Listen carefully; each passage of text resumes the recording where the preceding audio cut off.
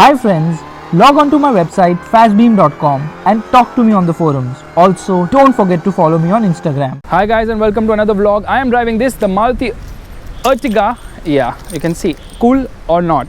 Yeah, blue tinge. No, honestly, I don't know. Anyways, this is the Maruti Ertiga Petrol manual. I've already reviewed the automatic. All you have to do is click here to see that video.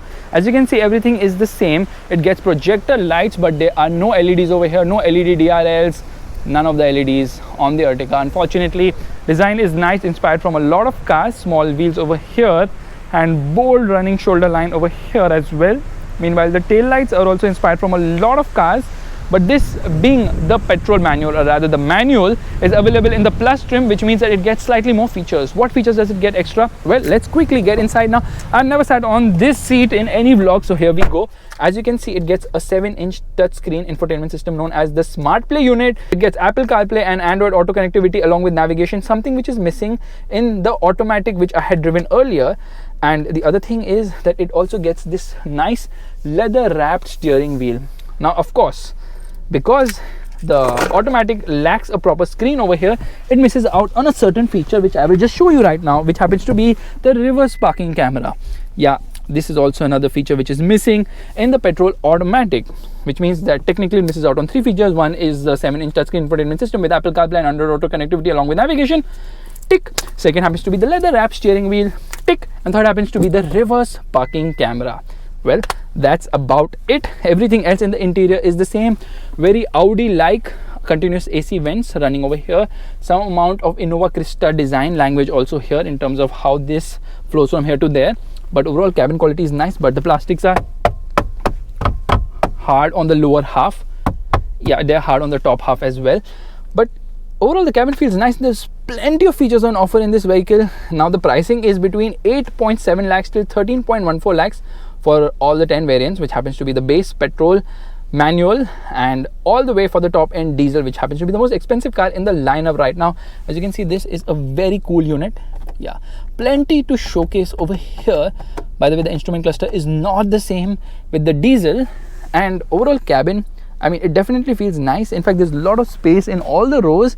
Now, the front 2 rows are obviously for adults, the last row is for children, and there's space for luggage as well.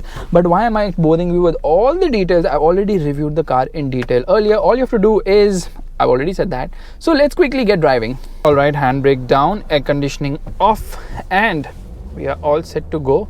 So this is petrol manual. Revving the motor, it revs till 5000 RPM and okay, wheel spin, a lot of it. Red lines at 6500 RPM and we are off. So yes, performance is quite punchy. In fact, it feels so alive lower down, and definitely it is way better than the petrol automatic, which just doesn't have quick enough shifts. Now, as you can see, there's good amount of performance, there's good amount of low end punch. It doesn't feel laggy lower down at all, and there's good amount of mid-range as well.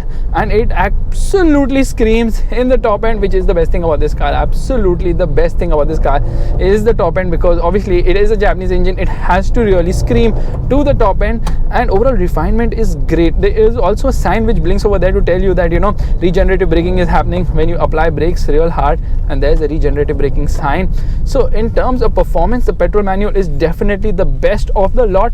Now this 1.5 liter unit is known as the K15B. It produces 103 horsepower and 138 Newton meters of torque. Now of course it is not a Honda VTEC motor, so yes, don't compare it with that, but still there's good amount of performance for sure, and I definitely like this engine. It's quite peppy, it's quite nice, and definitely, I mean, how many times will I say definitely? I've already said it 15 times, but in order to just sum it up, all I would say is that this engine is a definitely, again another definitely, is this engine is certainly a step up from the older engine in the Ertiga. So it's saying idling stop unavailable. Maybe the battery is not charged enough.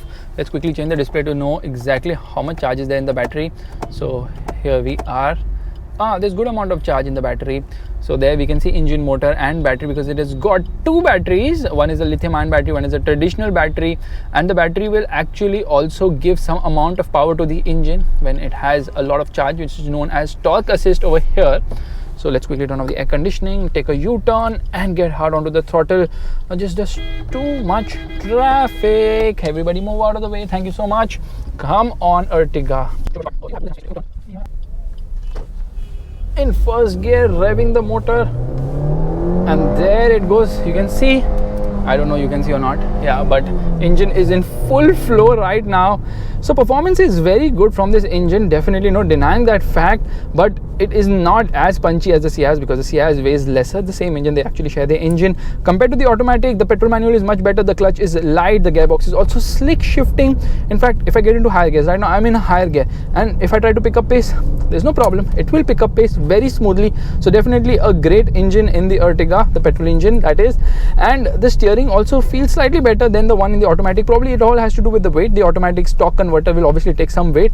So overall, the petrol manual I think is the best bet of the lot. Now compared to the previous Ertiga, the petrol manual costs rupees 1 lakh more now. Obviously they have loaded it with a lot more features now, and the ride quality is simply brilliant. It absorbs almost everything in its stride. Slightly bouncy at the rear, handling is nice. Yeah, the steering doesn't weigh up well at high speeds. At low speeds it is so light, but at higher speeds it just doesn't weigh up. That's the only gripe I have with this vehicle. Otherwise the ride and handling balance is great. I mean, there is body roll, there has to be with that kind of wheelbase and that kind of weight and length and whatnot, there has to be. And the tires, they offer a good amount of grip as well, but in terms of hard braking, the tires will definitely screech a bit. And although the ABS works well on this car, I would have expected rear discs as well, but then I'm always hungry for more. So let's quickly go around, and here we go.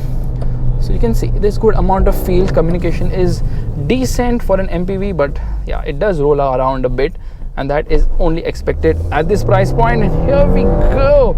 Now paying an additional rupees 1,20,000 for the diesel makes sense for those who have a high running, and I honestly believe that MPVs should be diesel, so should be SUVs. But if you don't have that much of a usage, then the petrol manual is definitely worth buying. So guys, this is my review of the Ertiga Petrol. I know I have been doing a city runabout, but then many people have been asking me to do some amount of city reviews as well to show the practicality of driving these vehicles in the city. So if you like this video, you know what you have to do. Give it the thumbs up, that's a like button, and also subscribe to the channel. I will see you guys after clearing this mess. Yeah, I will see you in the next video real soon. Bye bye.